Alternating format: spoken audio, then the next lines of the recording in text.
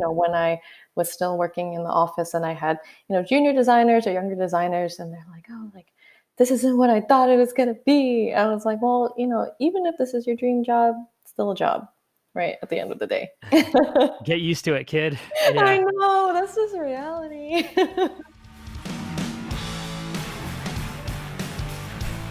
Hey, welcome to the Gifted Conversations, where I'm talking to people who are sharing their gift with those around them and the world at large. My guest today is Loe Lee.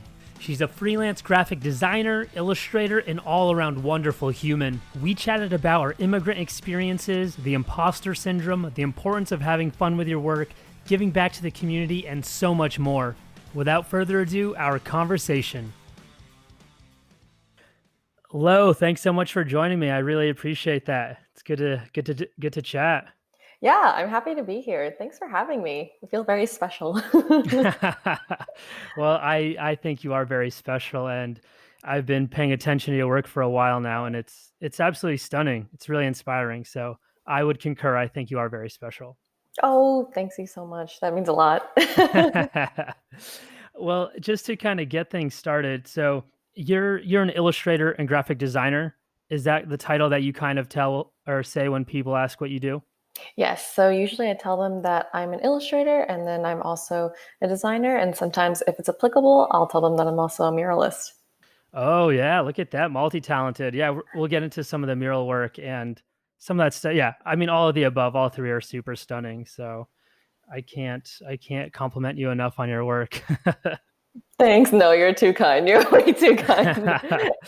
Well, just to kind of get things started at the beginning, how did you become interested in design work and illustration in the first place?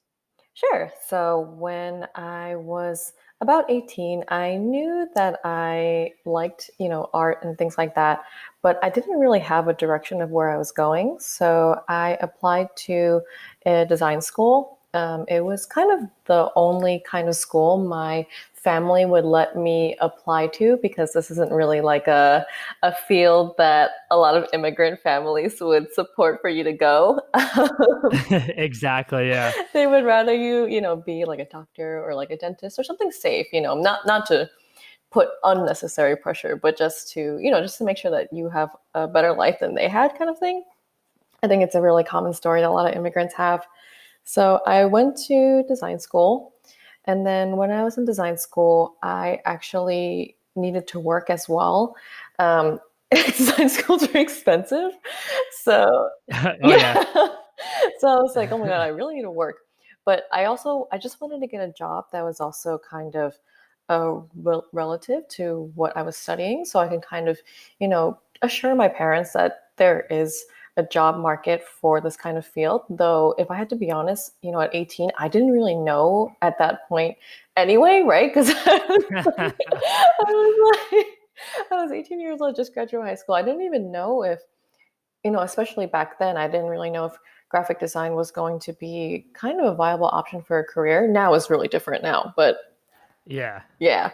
So when I just kind of started looking online, just plain old Google, like uh, design jobs, design internships, right? So I saw that there was one at MTV Networks at Viacom. And then back then, MTV was, the place that people were like, wow, like I want to work there. Again, now I'm not really sure. But back then I was super excited. And then so I got the internship. And then while I was in internship, I actually learned a lot. I learned a lot about how to work with people, a lot of the logistical things you find at work that you kind of don't really learn at school. At school, it's more theoretical, more conceptual, but, in the real world, there's a lot of things you have to do to physically, executionally do. And, things like how to talk to a creative director or how to present your ideas, to the team, things like that you didn't really learn at school. I learned on the job. So I did that for a few months. And then at the end of the internship, because they have an internship program, I was actually offered a full-time position, which I was really excited about. But unfortunately, I had to turn it down because I was 18. So it wasn't really, yeah, I wasn't allowed to I think that if I just quit school and I started working, as awesome as that would have been, I think that would have given my family a heart attack to not have a degree. So I know I too am an immigrant, so I know the feeling well of the pressure that is put on children like us. So I totally get that. yes, exactly. So, but I kind of told my boss about it, right? And then the funniest thing is that when I sent my resume in, and then it's just some of the student work that I had, and I told them, "Oh, I'm really flattered. I really want to accept this job, but I really need to finish school first." And he was like, "Oh, I didn't really like look at your graduation date. Are you graduating next year?" And I was like, "Oh no, actually, I'm graduating in like 3 or 4 years." And then he goes, Got "Wait." some time. He was like, "Wait, you're not even legal enough to drink?" And I was like, "Oh no, I'm not." And he goes, "Wow, I should really look at the resumes more carefully." Oh, that's amazing. Yeah, because he was like, "Oh, like, you're not really supposed to apply for this internship until you're like a junior or senior, right?" And I was like, "Oh, I guess I missed that part of the application." So we both didn't read correctly. So throughout school, but I was really lucky. He was really cool. And then throughout school, I got to work there 3 days a week throughout my college career. So, that really helped. That really helped in the aspect that, I'm getting the real work experience, but at the same time, I get to go to school. So having those two things in tandem, I would say really just kind of jump started my uh, really wanting to go into this field because I finally got to learn like, oh, this is actually a direction that I can go. I can actually make a living off of this, and I can kind of see the trajectory of a graphic designer, thanks to being able to work and then getting a little more exercises with the school projects. So with that, I guess the interest kind of just grew.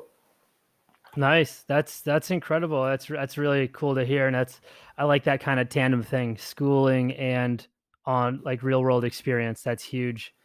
And yeah, that's awesome. And yeah, like you're saying, MTV, I think that's still like a desirable place to be. But I know back a couple of years ago, or I don't want to age us, but Yeah, that was definitely the spot to be. So, exactly. and what was some of, I mean, you have like this beautiful style now, but I'm kind of curious about what were some of like the early iterations of the work that you were doing? Let's say maybe not necessarily like client work or something, but what were some of the early stylistic aesthetics that you kind of had when you were just kind of starting out?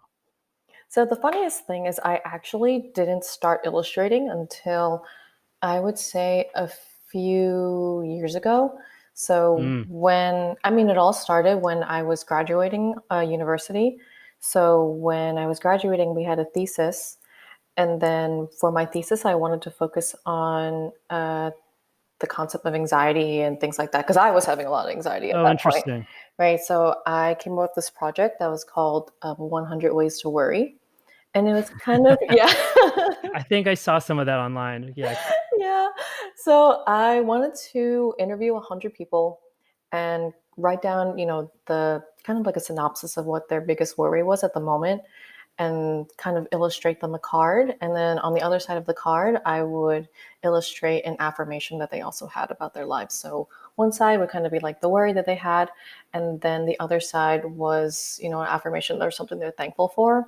And the idea was that if you keep this card, maybe in a year, maybe 2 years or 3 years, you'll see that the worry that you had that year, a lot of the times actually is not the same worry. And that worry either you kind of resolved it or it resolved itself.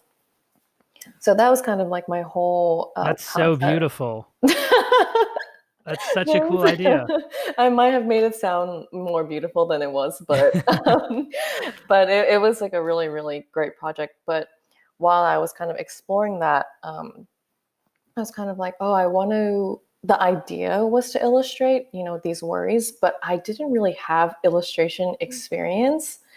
It was just something that I wanted to do. Mm. So, in my opinion, I have this project online, not in my current portfolio, because when I look at it, I felt like I wasn't one of those people that was just super naturally talented at drawing. It was very primitive stages of what you see now. But that's where I kind of developed this style of a faceless person, because when I was passing these books along and showing it to people within the class. And then eventually this project spread a lot online. The faces, they have no faces because I wanted it to remain anonymous. So these, childlike characters that go back to, how you feel, going back to, I guess, childlike feelings without any filter, without, your adult rationale trying to push them down. That was kind of where the aesthetic of these childlike characters without faces manifested from. Yeah, I was gonna say I was gonna ask about that because I saw some of the pieces that you did, and they were faceless. So I was wondering about that. Uh, I was also reading. I don't know if this is like the same era, but did you do something where you were kind of illustrating on your coffee cup on your commutes or something like that? Yeah, so after illustrating, that book, and that was kind of like my first taste of what it was being, kind of working on an illustration project. But after that, I graduated and I had to get a job. Yeah. So I actually started work for another company, another large entertainment company. And I was like, oh, I know entertainment. I know what to do here. This job is going to be very easy. And I kind of went through the motions of going to the job. So I went there at 9 and then I came home at 5 or 6. It was not a bad in-house job, not crazy hours or anything like that. But I kind of felt like I wasn't challenging myself because, throughout my college career, I was already working an entertainment job. So I kind of already knew what I was doing and what I was going to be doing every day. And it's not really tense or stressful. So I guess I kind of just started exploring. At this point as well, I couldn't afford living in the city, so I was living at home. Um, you know, It's expensive over here. yeah, exactly. So my family, they live in Jersey, and so I was commuting into the city from Jersey every day, and it was like an hour and a half commute, and I was kind of bored, so I started illustrating on coffee cups. And I was, because I had it, and then I had pens in my backpack, so you kind of just take what you have and you kind of go with it. And then, and it was around that time as well that I actually started my Instagram. Before this, as crazy as it was, I didn't have Instagram. Mm, yeah. It was really new. Um, I never really had an Instagram that had my personal pictures on it. And if I did, I must have deleted it way, way before, I even really remembered or had an impact on myself. So it was around that time that I was like, oh, like I'm going to start Instagram. It was already big. I was just really late on the train. Um, Yeah, me too. yeah. So I started posting that, and then I didn't really want to, I rather post my art before posting pictures of myself, because I had like a bad experience online with posting pictures. Like this is when Tinder started. Yeah, just a bunch of creepy dudes or something. Yeah, I didn't have it, but people sent me screenshots of myself, and then they're like, "Oh, like, is this you?" But obviously, it wasn't me. It was like a catfish kind of thing. Oh, And back then, when Tinder kind of started, that made me super paranoid. Even though I know it's not really, it's not like like I know it happens, right? yeah. But in that instance, I became very freaked out, especially since I was pretty young. So I was like, okay, I don't want to put pictures of myself online anymore. So that's when I was like, okay, I'll just put my art. Nice. Well, I mean, I've seen a bunch of your work, and looking back on some of those coffee cup images, I mean, they're just so like beautiful and detailed. And I, like you were saying, just kind of the way you adapted, where you're like, well, I'm already on this train for whatever, an hour and a half each way. I'm having coffee, and I got my utensil, like my tools, whatever, the pens, and why not, use this as like a live time where it's like I'm going to still work on my craft even if it's on the train home. I think that's brilliant. Yeah, and thank you so much. Yeah, when I was doing it, it was honestly just for fun. I didn't really think anything of it. I wasn't like, oh, I'm going to make this a career because growing up, when you're like, oh, I want to draw for a living, even not even like my parents, but even your friends who are not really familiar with that, they'll be like, okay. Yeah, good luck. Yeah, good luck. And then my parents would be like, no, like I don't want that. I don't want to see you drawing caricatures in New York Times Square. And I was like, oh my God, that's Yeah. what you think I'm gonna be doing. But that's what I thought too. because that's how I grew up. Yeah. Well, what about so that my next question was gonna be like, what was the first project or commission that I mean, I guess you don't even necessarily have to get well, for a commission you do, but what's the first project or commission that you had where you're like, "Oh, maybe this is like a viable path that I can do," and that your parents were like, "Oh, okay, I see what you're doing. It's not just caricatures in Times Square." Yeah. So I guess after that entertainment job, I went to an agency, and then it was at that agency that um, instead of doing a lot of graphic design, I was actually doing a lot of illustration work. But it wasn't illustration work via what I do now. It was actually a lot of vector work and a lot of Mhm. iconography. So I was doing a lot of that at the agency. It almost became to the point where that's solely what I was doing, doing a lot of these like illustrative things on Illustrator. Yep. And I was like, oh, like actually people make a lot of money doing the Illustrator stuff. Not me because I was full time, but Yeah. when we hired out, illustrators and things like that. So I was like, oh, actually, at that point, I think I was still pretty young. So I kind of confused that with graphic design. But more and more people, they were kind of at the agency, throughout the agency, they're like, oh, like, can Lauren draw this? Can Lauren draw that? And I was like, oh, I guess this is more like illustrating, as people say, right? But while I was at the agency, I was still drawing on the side. So I became a little bit more serious with the drawing. Not that I had anyone really following me at this point, like on social media or anything like that. Um, but yeah, that happened, and then but as I kind of started updating more and more on my Instagram and also on Behance, the thesis project that I put on Behance that actually became, that actually went really far, and it went like it got pretty popular on Behance. So I think because of that, I actually got my first commission, and it was through either Behance or Instagram. But someone asked me to do like a T-shirt design for their brand, and I was like, "Oh, I saw your store in Soho." So I was like, "Oh, like I kind of know that store." So I did one commission for them. It was, no no resentment around at all. But looking back at it, it was like so cheap, no royalties, no licensing. It was like a super cheap one off that if I got that now, I'd be like, why did I do that? But Yeah. it was a really good first You gotta experience. start somewhere, yeah. Oh yeah, you definitely have to start somewhere. But they actually not wanted my vector illustration work. They wanted me to draw it because of the stuff that they've seen on Instagram. Mm. So that was the first time I was like, wow, like I actually made some money on the side, even though it was only $150. Like, Yeah, I mean, yeah, that's still, as a young person that's kind of up and coming, I feel like, maybe that's not the most amount of money, but just like the belief and the confidence, I feel like that's kind of the power in that. yeah. And then I think throughout my time at the agency, I was there for a few years. I just kept consistently posting things on Behance and then also on Instagram. And it was through there that more and more people kind of asked me to draw things. So I was drawing a little bit more and more, not always necessarily for money. A lot of it was just for fun. A lot of it was collaborative, things like that. And, you probably seen on my Instagram that my style has even changed a lot. So, and I think that's attributed to the fact that I wasn't really drawing a lot until that point in my life. So it's Mhm. kind of like still exploring who I was as an illustrator. And yeah, it wasn't all at once. It took, a lot of years of exploring and a lot of like putting yourself out there. But eventually, Yeah. yeah, eventually you get some more and more projects. Yeah, exactly.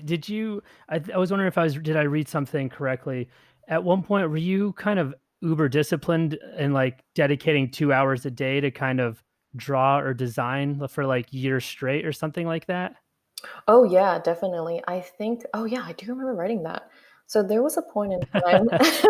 I tried to do a little bit of, Well, yeah, you you know did good homework. yeah. No, that's awesome. So I remember there was a point in time when at the agency that there was a creative director that I really admired there. And I think we had coffee one day or something like that because we worked on a project together. And he goes, I found your Instagram, and I think that you have something going on there, right? But it needs a little bit of refinement, right? He's like, if you work on it a lot and try to find your own voice, try to see, is this something that a client would like? Is this something, fit for a commercial project? What kind of projects it would kind of fit for? Kind of like the typical creative director stuff they would tell you. He was like, I think one day maybe you can go freelance. And then I was like, no way. So it was at that point that I was like, you know what, when I was like doodling and things like that, even for the thesis, I didn't really spend any more than 30 minutes to an hour banging out these designs, because I was like, oh, it's just for fun and it's just for exploration. So I'm not really getting very serious into it. But I was like, you know what, I kind of want to challenge myself. So I spent one entire week, hours on it, on one drawing. And then that drawing became this drawing called the lioness. And that was just with, black micron pens. And from there, I was like, you know what, I actually really liked what I drew at that point. So I was like, you know what, I'm going to get better and I'm going to start taking this seriously. And so I'm going to dedicate an hour or two or even three after work to just practicing my craft. So I'm just going to be super diligent about it, because honestly, when I started, I was like, I'm not that good of an illustrator. I don't draw super well, to be super honest. Mm-hmm. I don't think I was born with it, as people like to say. Sometimes you see people and you're like, wow, how did they even do something like that? Yeah, that's not me either. So I hear Yeah, you. and some people are like, oh, it's just, it's a little easy for me. I'm like, oh, it was not easy for me. So I had to really, really practice a lot. And it wasn't just practicing drawing, but it was also just going online and observing things that I like to draw. Like if I like to draw, deer or lions, you have to study those images so much. Or like certain flowers, you have to do like a lot of research in addition to the actual practice of drawing. Yeah, I can only imagine. Uh, yeah, I just drawing in general. I haven't been able to connect mind with hand to make any, and I also have not dedicated any time towards it. But yeah, I totally understand what you're saying, and I think it's commendable that you would, do your day job and then come home at night and dedicate that 1 to 3 hours to just diligently, work on whatever piece it was. I think that's huge. Oh, thank you. Yeah, I think a lot of it's attributed to the fact that when I was in college, I also had to work. So I was like, okay, you know what? I'm okay with a massive workload. Yeah, I kind of don't mind a massive workload either. I don't know how to sit still for very long, so Oh, me I don't. too. Yeah, exactly. Have you, just to kind of be a little bit snarky over here, have you ever used your design work to like design some kind of goofy or inappropriate like holiday card or B-Day card or anything for like a friend or something like that? I'm not sure. I'm trying to remember. I've definitely designed a couple of gag things for my boyfriend, but other than that, my Perfect. my illustrations are pretty, I would say, tame. So my style is more like that. I would say that my boyfriend played a prank on me where he printed out a bunch of my illustrations that have no faces, and he drew tiny smiley faces on every one of them. Sometimes he drew sad faces. And he was like, I'm helping. It's a collaboration. Collabs. That's kind of adorable. So I think that's actually super clever. That sounds like something that I would do as well. So thumbs up. Uh, it, we're with some of the work that you're doing. Are you the one that was responsible for those seamless ads that I probably saw on the subway for a while there? yes. So if it is, That's amazing. oh, thank you. That shit was so cool. That was so cool. Well, I do want to add a disclaimer that it's only the ones that were from this year. Okay. I mean, I think this year is such a blur, so it's tough for me to even know. Oh yeah. But I mean, still, they're to be working with global brands like that and having your work on the subway, where you know, I think if this was pre-COVID, where there's like millions of people seeing that every day. I know this was not the year to do subway ads, but I was I was super thankful True. when and super grateful and honored when I got that project, because I think before that The company was actually working with an agency, but I think that as they were building their internal team, they felt like, oh, maybe we don't need the agency. Maybe we just need, one illustrator, and, the internal team can work with the illustrator. So I was really honored to be chosen for that. And that team is awesome. They're so fun, and they make you really feel like they're part of the team. And so working on the project was a lot of fun. And they're really creative as well. You pitch ideas back and forth, and I'm like, wow, that's a really good idea. Yeah, no, it's got to be fun for for like a creative collaboration. And yeah, those seamless, those ads in general, they're just, yeah, they're super creative. I felt, I mean, I'm sure I mean, they're an innovative brand. They want to be taking things to the next level. But for some of the Subway ads where it's just like shitty picture, bad copy, black and white, to see those seamless ads that kind of pop, that was cool. Yes, I know exactly what you mean. Yeah, when I got the project, I was super excited, but I knew how well known those ads were. So I felt a little bit of pressure where I was like, okay, I want to make this stand out from, what was done in the past. And they have a pretty strong brand guideline, I would say. Like you look at their Mm, ads and you're like, okay, that's them. So it was exactly. Yeah. Yeah, so it was kind of like, how do we marry their very, very strong brand guidelines with, my voice as an artist? Like, how do those two things like come together where it is a little bit different from last year, but at the same time you look at it and you're like, oh, that's seamless. Yeah, that totally makes sense. And I'm going to see if I can kind of ask this correctly. But well, firstly, what are some, I mean, you've done Seamless, that's a global brand. What are some of the other kind of global brands that you've worked with? So I have worked with a couple of brands. I would say that I have done a little bit more commercial work with them than on the more illustrative side. On more commercial side, I guess the most recent thing that I did was I worked with the Global Conservation Fund. So we kind of did this video that was for the 50th Earth Day. That was really fun. That was this year. In the past, I guess it was more in my agency side, but I've worked with, you know, I guess not to really be like a braggedy brag, but No, please brag. I asked the question. oh my Go for god. it. But yeah, I've worked with, like HBO and CVS and uh, what else? And I've done stuff for Google Play Music when that was around. That was a really, really fun project as well. And yeah, and hopefully we can keep doing more. Yeah, no, onwards and upwards. The CVS stuff I saw was actually, it was really incredible as well. I was gonna mention that, but yeah. So I mean, in my eyes, as like somebody that's kind of on the outskirts of, I have a little bit of an eye for design and illustration, but can't do any of it. But looking at somebody like you who's done some of the work that you have, I kind of feel like you're a rock star in that kind of design illustrative world. And I'm just wondering, like, let me see if I can ask this. Like, what is your confidence level in that? Like, when you're working with clients, are you confident enough?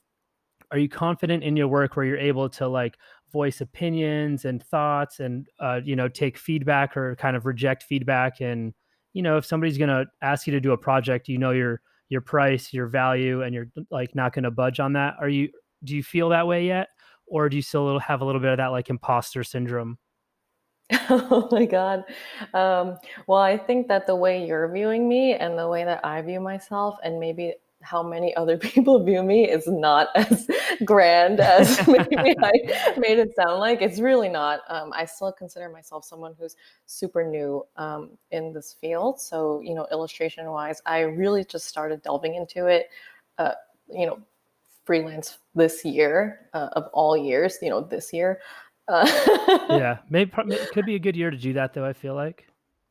yeah, maybe. And then so whenever I work with clients or anything like that, I think it really depends on who that client is, right? And then you kind of have to gauge what their team is like. So when I went into Seamless, I felt actually a little bit intimidated because, I was like, oh, this is such a big project and everyone knows these ads, right? But then when I went to meet the team, they actually went to me and were like, oh, we want your ideas. We want you to put our ideas, combine them with your ideas, and we just want this to be completely collaborative. We don't want you to just be like a hand with a blindfold on and you kind of just draw whatever we say. Yeah. Oh, that's cool. And I I'm like like, hearing oh, that.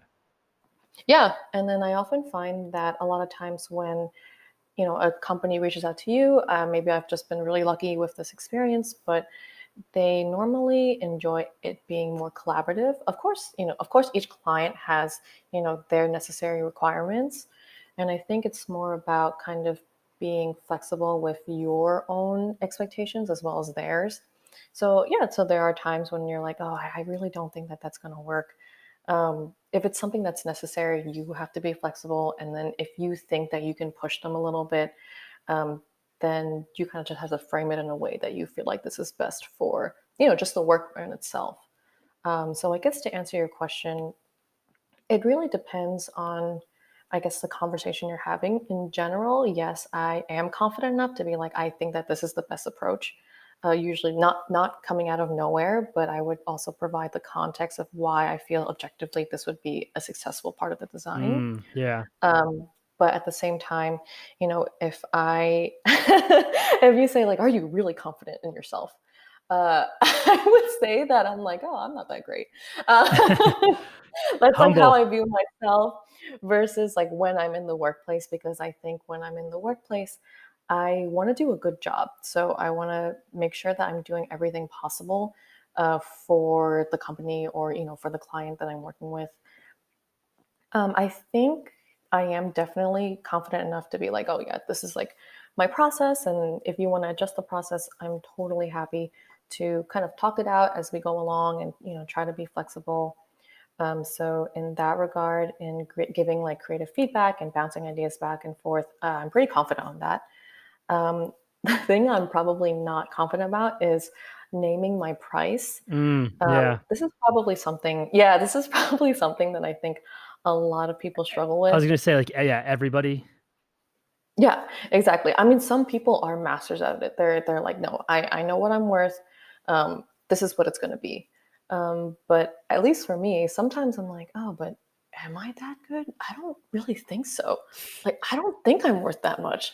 And you like you said, you kind of had that imposter syndrome, especially when you're like, I haven't had work, in a while. So I'm like, oh, maybe I suck, Oh, those thoughts, yeah. Yeah, and you're like, maybe I have to lower my price. I'm not all that, and things like that. And then when you have lots of work, you're kind of like, what? This person's lowballing me. I have all this work, and they want to take up my time with this, with this really, really tiny budget. It's kind of like a back and forth. Sometimes you feel like, oh yeah, like this is the price that I am, and then sometimes I feel like, especially when you're a little bit dry on the work side, you kind of feel like, oh, like you question yourself too. I think I'm Mm. more like that. I'm always kind of questioning myself for better or for worse. How do I become better? How do I become like a better collaborator? Things like that. But I also question like, am I that good? Like maybe I actually suck. Yeah. Like, No, I you too know? I too question myself often for better or worse. Well, just know that once this comes out and all the listeners that are out there that to get work from Low, you got to pay a premium. Shit's gonna be expensive. So, Oh my god. Yeah, that uh, imposter syndrome is is really real. Those yeah, demons. yeah. Well, what about when let's say you're on the subway and you see people interacting with your work, or if you're at the coffee shop or one of those spots where you've done murals and you see people like taking photos with it, or let's say a friend kind of texts you a picture of your work out in the wild. How do you kind of react to that? What's that make you feel? Oh my god, I am over the moon. I'm so so happy when people are like, "Oh, I saw your work," and that just gives me that like, wow, like I feel like I did a really good job on that one. I'm not just someone who my parents were like, "Oh, we're going to be supporting you for the rest of our lives, and it's going to be so hard." And it makes me feel like, oh, like I worked really hard to this point, and to get a little bit of recognition, I'm like, yay! Like even if it's just like from my mom, like even that's like the world to me. So that kind of Hmm. stuff, I mean, just brings a smile to my face. Yeah. No, I mean I feel like I've even actually of all the ads I've seen on the subway, the seamless ones, I feel like even I've taken a picture of that, or at the very least like looked at every one of them diligently just to be like, "Oh, that's interesting. I like the colors," or the little details in it or something. So That is the nicely creative done. in you.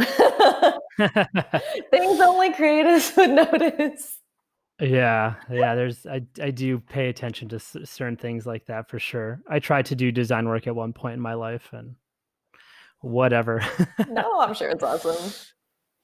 Yeah, you're very kind. It was a good run. It was a good little run while it lasted. But you mentioned this in the beginning. I just want to kind of ask this for you, and also being that I too am an immigrant here, but I'm just wondering, a female, is the proper term Asian American? Is that Yeah, that's about right. yeah? So I'm just wondering, like, how did that kind of shape you growing up? Oh, that's a good question. Um, So I know it's a little bit heavier than some of the other ones, but no, I think it's a really important question because it's part of my identity, you know? yeah, for sure. Yeah, so when I grew up, I was actually spent a lot of my time in Chinatown, New York. So, between my parents growing up there, I mean, they weren't born here, but they came when they were like teenagers. So they were there. And then when we came to Jersey, I think I was really, really lucky in that I'm in an area of Jersey when I was in high school and elementary school that's extremely diverse. Um, so diversity is kind of like part of what everything is. Like I never went through that, that stage that's like, ew, what are you eating, at lunch? That's gross. Because I was just lucky enough there was just so many different kinds of people here and they all brought their own kind of ethnic food, And Yeah. so that was never really weird to me. I would say that the area that impacted me would be, because I come from such an immigrant rich community, both in Chinatown and in Jersey. Um, and especially within the immigrant communities, it's not always the most well off of areas. So I think in that case, a lot of parents, they're like, we want you to have what we didn't have.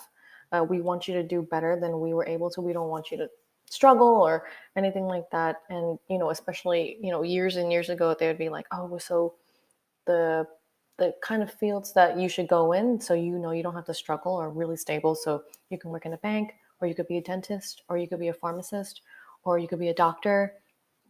And I know that's like a really heavy stereotype, but just to be completely real, that I did experience that, and it was just because they really wanted, they want the best for you, not in like a, you know, like a push you kind of way, but and just they just want you to make sure that you have enough to sustain yourself.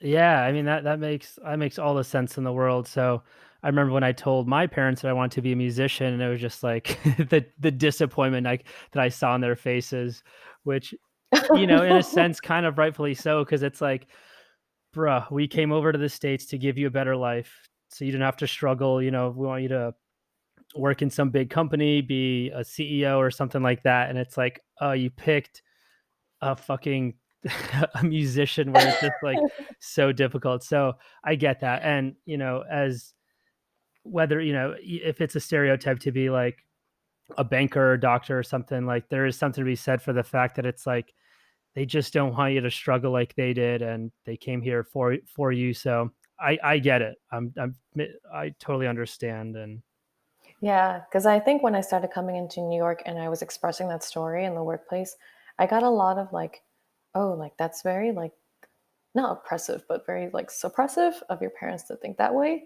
And I was like, oh no, I mean, they weren't mean to me. I mean, they weren't, not in the least, they love me. It's just that, they were worried, that's all. So yeah. I understand what you were saying as well. And that worry kind of just comes out as like oh my God, that's what you picked. Oh yeah. Yeah. Well, I'm going to shift gears a little bit back into just some of the design work and whatnot. But you were talking about some of the early days and just like your drawing and illustration. But is there something today that kind of challenges you or frustrates you when it comes to the actual design? Like, is there something that you just can never create correctly? Let me see. You mean like what, like the things that I find difficult to draw or things that I find Yeah, difficult to like name? human faces or like drawing deer or something. Is there something that you can just never get right? I could never do humans. Like faces, definitely not, but like I could just never design a human when I was doing some of my graphic design work. Oh yeah, I mean, I feel like when I draw something new for the first time, I'm always struggling with it. The most recent thing, I mean, one thing I always struggle with is definitely hands. Just like the way that they curve, it does not come natural to me. So I have to Hands are practice. also super tough.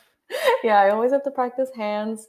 Um, I would say right now, not that I have a difficulty drawing like faces, I would say like traditionally, because I learned how to draw like a traditional, pencil sketch face while I was like, training to draw, but drawing what would be my style of what a face would be.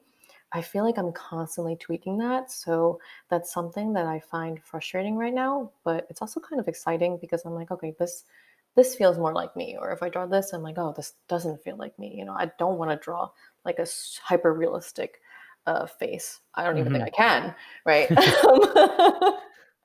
So I'm just kind of like, trying to find what feels right stylistically. I think that's probably the hardest thing. Yeah, that gotcha.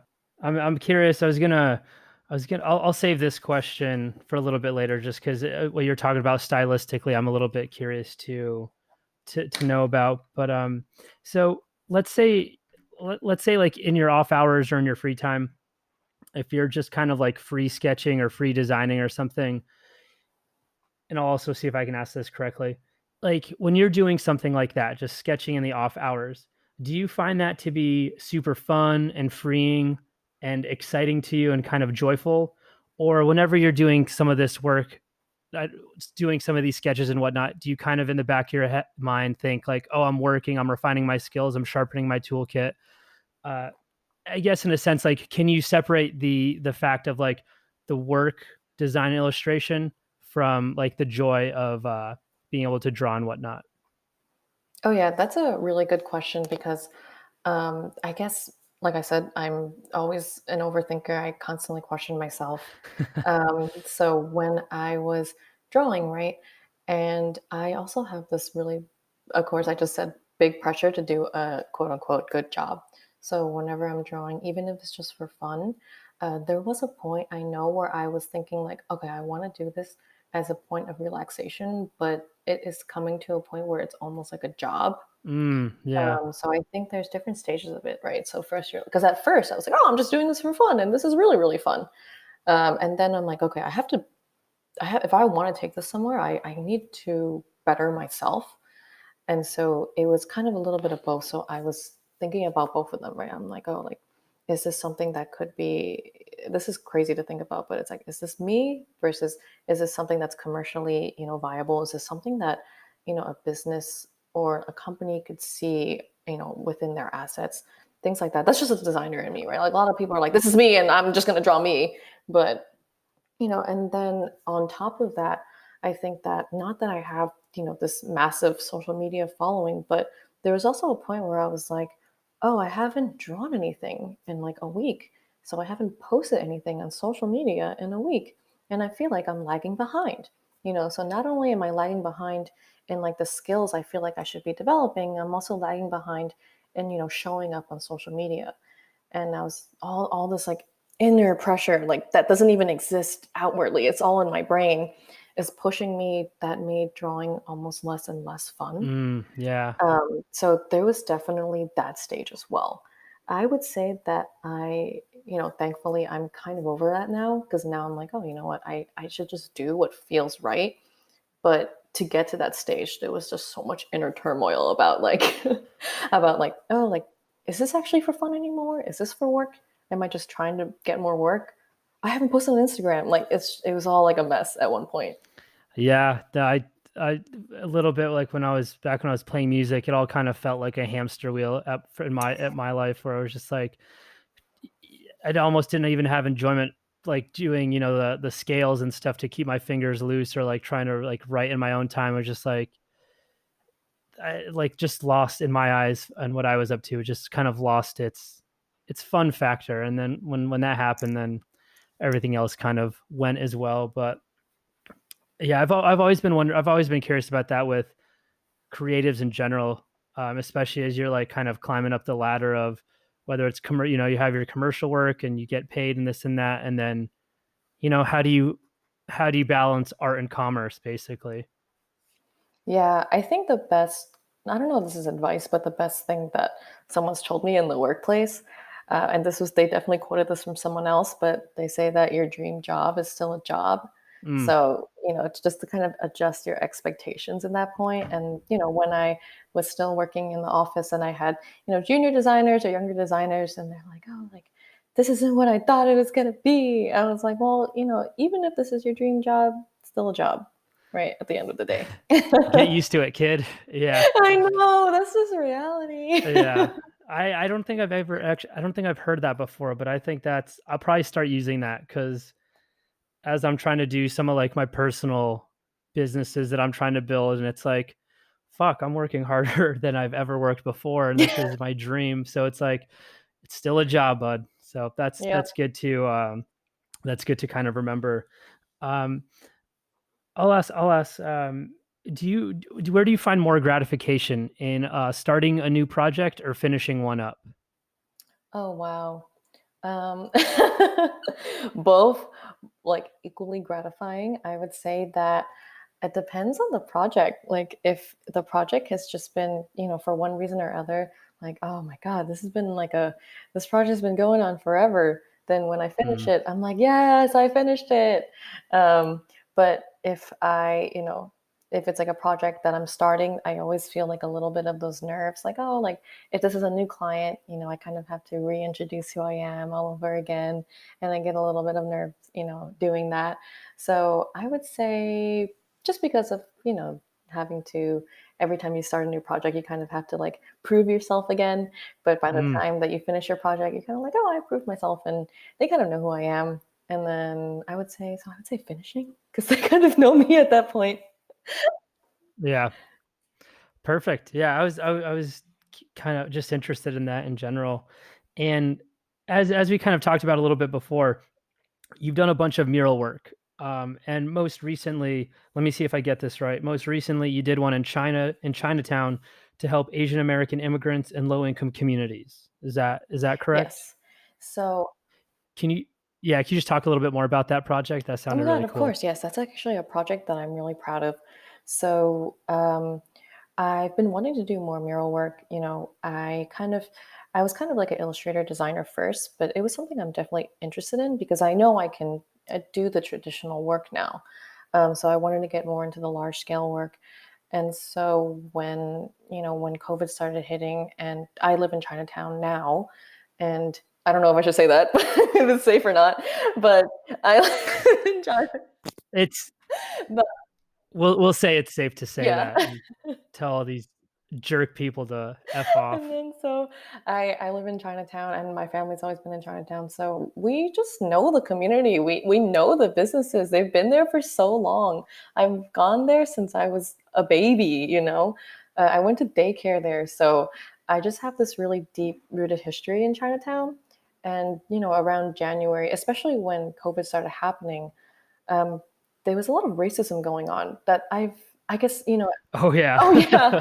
I think it's still going on, but yeah, you're not wrong there. Oh yeah, and then, like I said, I was just so lucky having grown up in a diverse community, all my life. Maybe I'm just sheltered in that way, but it was just not, it was really different from what I experienced. Of course, you're in New York and you get those comments all the time, you get those racist comments. And even in the workplace, there's, there's some racial stigma that's not on purpose but happens, right? So I was kind of like, I know how to handle myself in those situations, but I've never seen it so blatant in my life now. It So was getting ugly, yeah. it was getting ugly. So people were avoiding it, like COVID happened, like originated from there. People just were not going to the restaurants. People were saying bad things about the restaurants. People were coming in at night and like trashing it and like writing graffiti everywhere. It was Jesus. insane. Yeah. But yeah, but I would say that, this neighborhood has gone through so much, since it emerged. And one thing that's really strong about it is the community. And, a lot of these community, people who immigrated here, their children, they're doing really, really well now. So they kind of came back and then they started they started like a lot of organizations to kind of bring the community back together. So the one that I'm working with is called Welcome to Chinatown, and it's a grassroots organization. So it's just a bunch of people doing this on the side. Um, they have their own day jobs, and they just wanted to do this. At first it was started by, Victoria Lee and Jennifer Tam. They have their own day jobs, and they're really, really successful, but they just wanted to do this for the community. And so it started out with them kind of working at the restaurants, because the restaurants were taking a huge hit, with kind of providing meals and connecting them with hospitals so that, they can kind of help each other. They provide meals to the hospitals, and then hospitals can in turn help these restaurants. So it started off with that. And I kind of really admired what they were doing. I was like following their work for a little while, following what they were doing. I was like donating and helping, and, wherever I could, like spreading the word. And then I was like, I kind of feel like, even with that, I'm not doing enough, right? I'm not doing enough for the community that I grew up in and my family grew up in.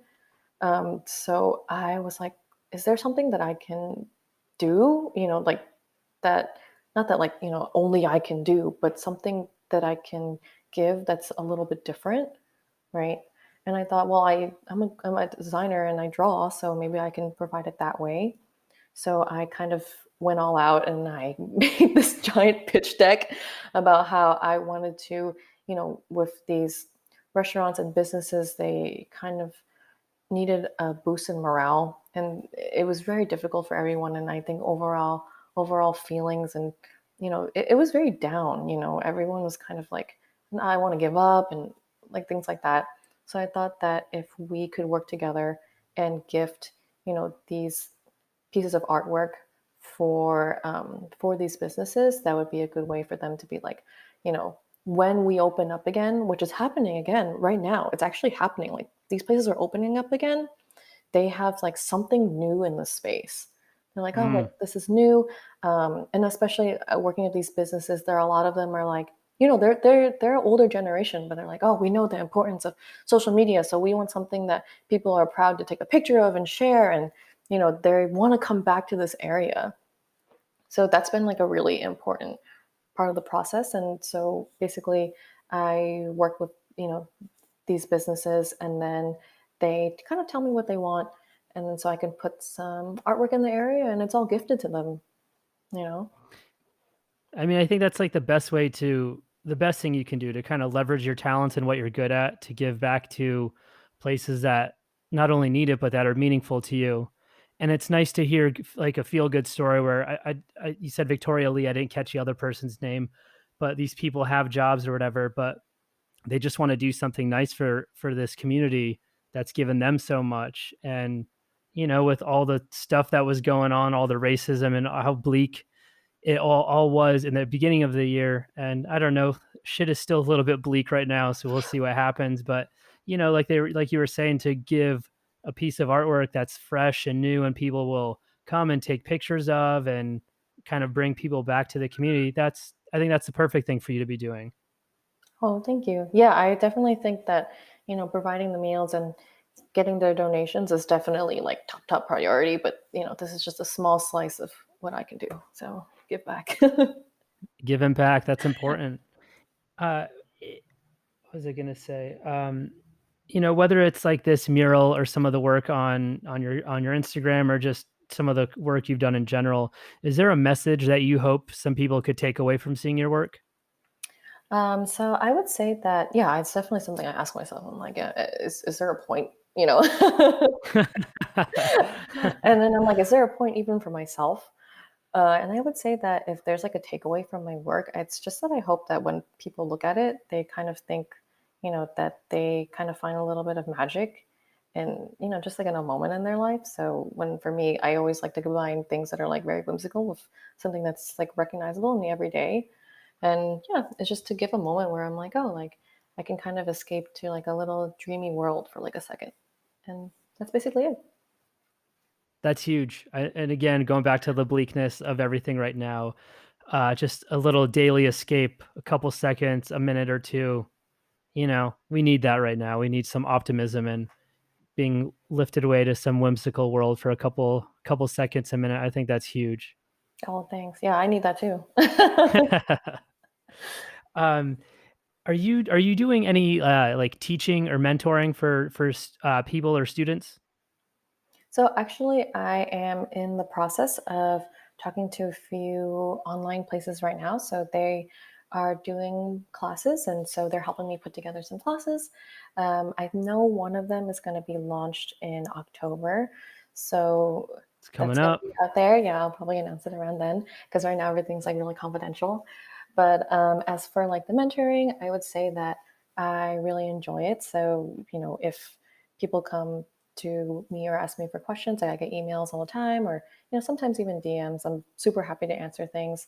When people are helping me with the murals, or like if I work with them on a project, I always, if they want my advice, I'm more than happy to give it. I'm not going to give them. I'm not going to be like, "Here's my advice, take it." But usually, if people ask me, I'm more than happy to. I'm also working with CPC, who is the organization that I did some murals for the first Welcome to Chinatown project murals. They have asked me to kind of talk to some of the youth there that might be interested in a creative career because, of course, like we said, it's not really yet understood fully by the immigrant community. So that's something that they kind of want to put me in touch with, so I can talk to like high school kids or college kids who are kind of considering it.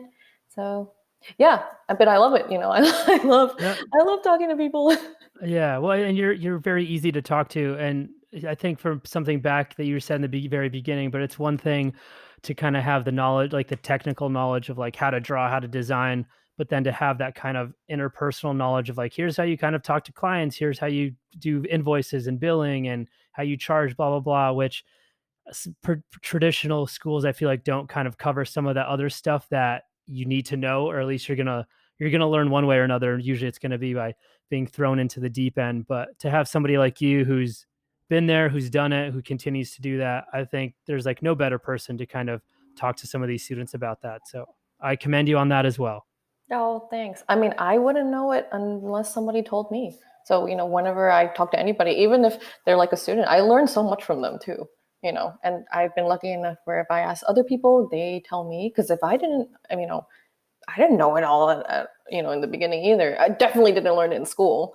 So, this transfer of communication is the best way to learn. Yeah, exactly. Like kind of passing the baton. Yeah, I'm with you on that. Out of curiosity, if there was an artist, dead or alive, that you could do a collaboration with, who would you choose? Wow, that's so hard. I know, that's kind of a lot of pressure on. That's like, who's your favorite artist? What's your favorite song? I know. Oh my God, Or there's name so what you can many. name a couple, if to make it. Yeah, Yeah. So I think that the artists that I admire the most, I don't even know if our styles would mix, but a couple artists and designers that I really admire um, are like Alice Lee. I love her work. She was like a big inspiration for me when I was in college. You can check her out too on yeah, I'll Instagram. have to check her out. Yeah. And then I've always loved Maggie Interios. I think on Instagram, her handles Little Patterns, but super big illustrator, designer, did work for Drake. She's, Oh. goals in every way. And then other illustrators would be like, God, I hope not, butchering her name, but her name is Victo and Guy, I think. And I would also love to work with like Yukai Do, and there's just so many people who I love, and Dave Arcade, and there's just so many inspirations that Long list. Yeah, super long list. But yeah, I'm gonna re-listen to this at some point and then take a look at some of those accounts because I like inspirational accounts on Instagram that are doing cool things. And oh yeah, they will all blow your mind, and you're gonna be like, Lauren, ooh, you're gonna be like, Loe Lee who? nice. Well, I'll definitely have to check that out then. Um, and then just to kind of wind things down, I know you're talking about like some of the stylistic stuff you're trying to do and whatnot, but I'm just wondering what's next for you. I know with COVID and stuff, it's kind of hard to tell, but just wondering the next like 6 months to a year, or just what you're trying to work on, what's coming up for you. Yeah, so for me, I think my next goals would be to maybe not this year, but my goal was kind of to make the same salary that I did when I was working in-house. So that was like a big goal that I wanted to reach. Probably not going to reach it this year, honestly, but maybe in the next few upcoming years that will be possible. Something also, another goal that I had is that in the past I've worked with, a lot of commercial brands, a lot of advertising. So I think I kind of want to delve more into like the editorial space and also the children's book space or the book space. Nice. That would be like another dream of mine that I haven't really like delved fully into yet. So that's going to take some time and like some reaching out and, some time to dedicate to it, you know. So I have to actually do that, but that would be my next goal. Awesome. Well, you're young. You got a lot of time ahead of you. So I'm sure all this is going to happen and more. So Oh, thanks. are you, Not do you that still have, young. do you still have the day job or are you just doing like freelance work right now? No, just freelance work. I just started full-time freelance this year, like in the beginning of the year, That is 4 years. so amazing. Congratulations. That is so cool. I love that. Thank you. Yeah, well, I mean, it's been an interesting year, but onward and upward. We got things. We'll make things happen. We're Yep. adaptable. Just got to keep chugging along. Exactly. Yeah. Lo, thank you so much for doing this with me. I really appreciate it. It's so cool to learn about you, your work, your upbringing a little bit, and just to chat with you. It's been super lovely. Oh my God. No, thank you for having me and, feeling like I'm interesting enough to have a chat with. It's been great. Oh, hell yeah. It was my pleasure. It was really great talking to you. And yeah, we'll chat soon. Later. Bye. Thank you so much for listening to this episode of The Gifted Conversations. If you like what you heard, please subscribe, tell a friend, or leave a review. Or if you hated it, feel free to tell me to fuck off or leave a negative comment. Anything is welcome. Appreciate the support, and I'm sending you positive thoughts and energy.